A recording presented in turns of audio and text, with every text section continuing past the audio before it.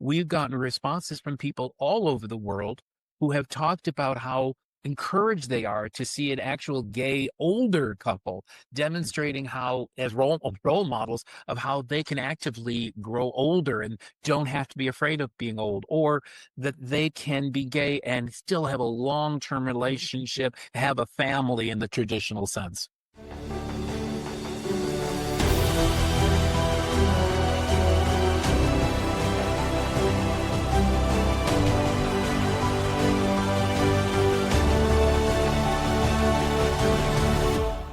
I'm thrilled to have with us today the two gay grandpas of YouTube fame, Grandpa Bobby and Grandpa Scott. They're known around the world for their heartwarming travel videos and their inspiring journey as a married couple.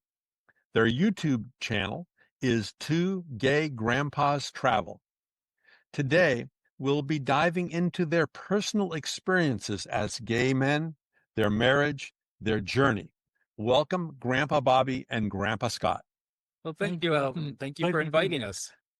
My pleasure. I originally heard you on a Rotary podcast talking about your travel channel, and I kept wanting to ask you all these other questions about your life and how you met and how you had children and how much resistance you ran into in society and work with the extended family and everything. So let me turn the mic over to you, Grandpa Scott, and tell us a bit of your story. Oh, thank you.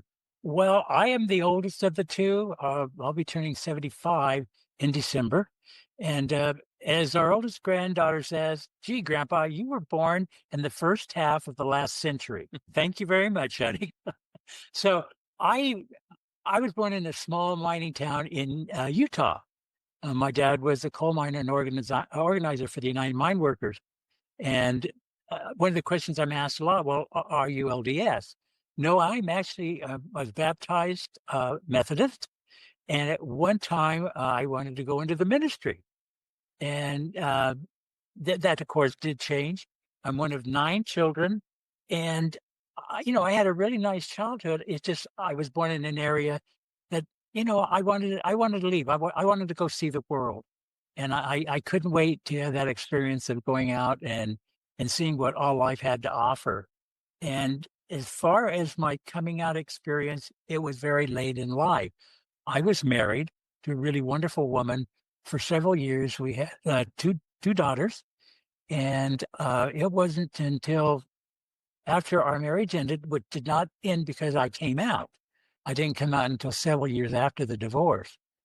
We had just married very young, and we found our lives kind of separating, our interests and our friends. But we stayed together up until her recent death. In fact, in the family, Bobby and I and Laura, they called us the sister wives. So my coming out story was a little later in life, which is different from Bobby's. I learned and experienced that I was a gay man in my late 30s. And so I didn't have any of those kind of issues growing up as a child that many young people do. And I guess I was quite fortunate for that. And I had a family on the whole that was really supportive when I finally did it. My mom and dad, they spent a lot of time in the South. My mother was born in the South. So they had a whole lot of the kind of that evangelical Southern Bible Belt kind of background. But through getting to know Bobby and falling in love with him just like I did, it pretty much was a smooth ride for my mom and dad, a little rougher for several of my brothers, but they did come around. So I didn't have any of that kind of angst within my family that many people who had that coming out experience go through. Mm-hmm. And my situation was a little different. I'm 7 years younger than Scott. I grew up in upstate New York in a very large Italian family. So I was always in the cluster of this family. And we were very Roman Catholic. I used to go to Mass twice on Sundays. I sang in both church choirs. I even knew the Mass in Latin. So for me, even at a very, very young age, by age 5 or 6, I was aware that there was something different. I didn't have the ability to put a name to it. I knew I was attracted to other boys and young men growing up, but because of my religion and because my family was very traditional Italian, you just didn't bring it up. You didn't admit it to yourself. I think the only role model that I could visibly see growing up was Liberace. And I knew I wasn't Liberace, so I suppressed that. So I was fortunate, though, that I came to my awareness of my gayness when I was in college. I went away to college, met a lot of friends, and two close friends of mine came out, and I realized this was okay, that these were normal people. And so I made the determination to come out in college in my final year. And I remember coming home for Christmas that final year saying, okay, you're going to come out to your family. And of course, I was home for over 3 weeks and waiting for that right time to come out and have that conversation. Well, finally, by the last night before my plane had to leave, I said, okay, I've got to have this conversation because it's never going to work its way around the dinner table. My father had passed away when I was a young person. So it was only my mother that I came out to, and we had that conversation. And like many parents, my mother said, well, I kind of always had a suspicion about this, but then she expressed her concern that, I'd be happy in my life. And the one thing that she had to start understanding was I explained to her that there's a difference between being homosexual and being gay. My mother couldn't quite understand how I could be proud to be gay. She said, well, you could be proud to be Italian, but proud to be gay. She didn't quite understand that, but she was accepting as long as I was happy, etc. On my way back to college, I stopped in to see my two older sisters, came out to them, and they said, duh. Well, of course you are. We've known for years. And I was like many people, why didn't you tell me? So it was, it was very accepting. My mom then, to help herself along, joined PFLAG. And she became a very active member of PFLAG. And then a few years later, my mom joined the Boulder County AIDS Project, and she donated her time, dedicated her life to that organization for 26 years. Yeah. To the point now where I still have people come up to me telling me how my mom was like a mother to them when they had no family to turn to. When she was 70 years old, my mother wrote the Pope and told him that she had to leave the church because the church was not accepting of her gay son, and she became a Methodist. Go, Mom. Yeah. So, which is interesting because it may be a little controversial with people, but I still regard myself as a Catholic. My feeling is I was born, I was baptized, I was confirmed a Catholic. I will be a Catholic until the day I die, but I'm not a practicing Catholic. Of course, I don't agree with everything my faith teaches me, but I'll still tell you when, say, we're traveling around the world and we're in Europe and we're in a cathedral, I still get those wonderful feelings of peace and intimacy when I'm in a beautiful stained glass cathedral, but I just can't accept being an active part of that religion anymore. The church has wandered astray. Yes, yeah. I always like to say that I didn't leave the church left me. Well, even the Methodist Church, it's sad to see how it has split over the issue. And you go, guys, if you say you have this Jesus-centered life, it's about the love that he spoke about. And it just, I may be digressing here a little bit, but it's just so sad to see the issue of faith become so riddled with, well, I don't like you because of this, and you cherry pick out of the Bible what you want that kind of fits your own values. Particularly Old Testament. Yeah. And you're still feeling very much like, Roman Catholic. I have kind of gone the other road. Elton and I have pretty much just, there isn't anything I feel in it for me in terms of kind of institutionalized religion. It's not that I don't have a spiritual side, but it's not within the confines of, let's say, a denomination, if you will. Yeah, I guess both of us feel that regarding the mystery of what's beyond life, well, no one is ever going to fully know it completely. We'll get there eventually, and that we both feel that as long as we lead a good life, live by the golden rule, doing unto others as we would have them do unto us, that is a form of faith. That is faith in mankind, faith, respect for our planet, caring for our friends and family, and that's what guides us through. we've been together now. We're going into our 46th year together. 46. 46. Yes, we met in San Francisco well, after college. I moved to San Francisco. Scott had moved the year before, and we met in 1979. And as Scott had mentioned, he had two children with Laura, and the children were 5 and 6 when they came into my life. So they don't remember a time that I wasn't a part of their life, to the point where they call us both dad. Scott is dad one, I'm dad two. And our grandchildren, of course, have only ever known us both as grandkids. And I think sometimes they're pressed to know which one's biologically connected and which one's not. I love that. Okay. I love that because and a lot of times people have trouble. Well, I mean, isn't there really a difference? No. Both the girls, our daughters, and our grandkids, there's no difference. Yeah, especially when they ask us for money. There's absolutely no difference. I don't care. When we were Let me interrupt before I forget Sure. a couple of things. I see many Catholic adults go to Catholic churches and are very conflicted. I think it's a real challenge. Yeah, I wanted to comment on two other things. One was both of you had a spiritual sense at a young age. Scott, you said you thought maybe even of going into the ministry. That's a story I hear over and over again. And I think that's why young queer people often struggle even more, because they're true believers. They really can sense the Spirit. They're gung ho for Jesus. They're in the choir, and then at some point in their life, this tremendous slapdown happens, and it just sends them into a tailspin.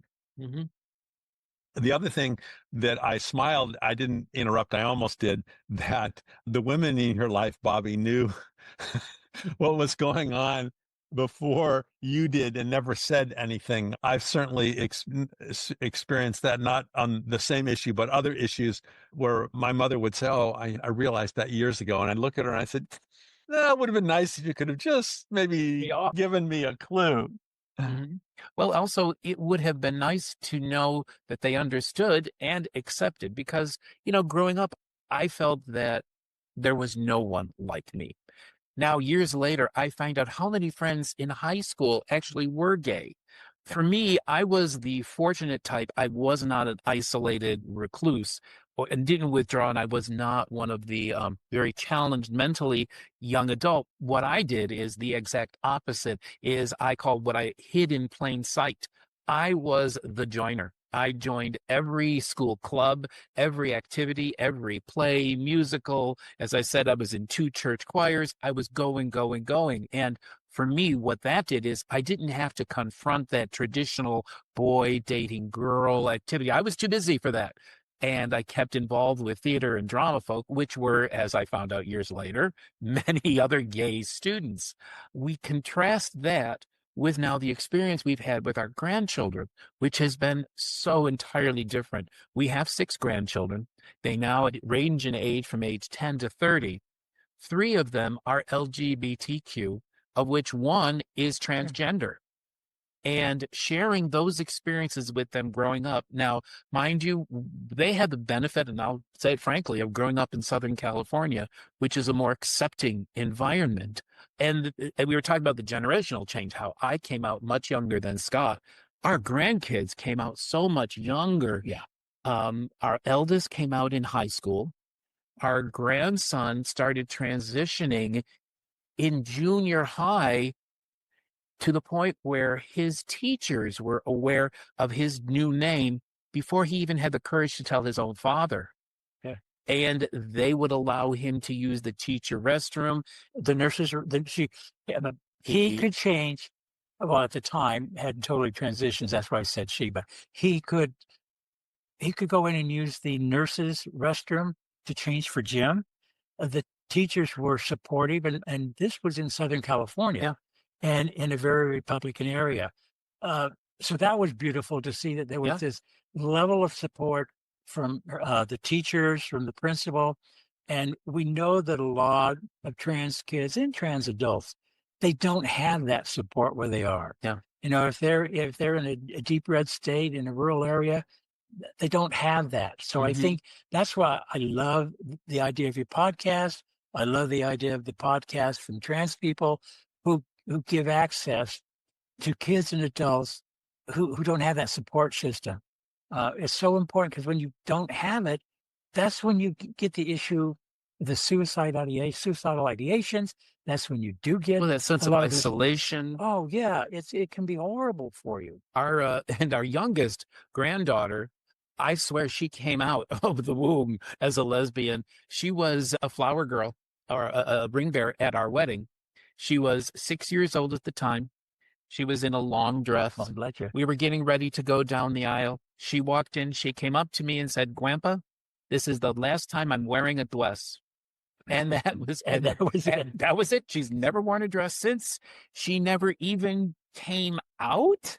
She just always was herself. He was there. Yeah. And she's the one most she's in college now, and she's the one most wonderful old soul. Also, And it's just so joyful that we are fortunate. We have a very accepting family, very close family. As Scott had mentioned, we helped raise our kids with his former wife, Laura. We were so close, Laura gave Scott away at our wedding. So our kids have had the benefit, and our grandkids have had the benefit of growing up in a very accepting family community that I know a lot of kids don't have that ability. we're keenly aware that isn't always the case for a lot of wonderful people out there. But we are seeing, I mean, we see the trends from when Scott, grew up. He had the role models of his older brothers getting married, and they all got married, and Scott kind of followed suit. My generation changed to we were the ones that came out in college, and now we see it translating all the way down to our grandkids are expressing themselves in elementary school and junior high, and that's so much more healthful. Yeah, there was a lot of roles as a child of the late 40s and 50s. Mrs. Cleaver, the woman who wore the necklace and stayed at the kitchen.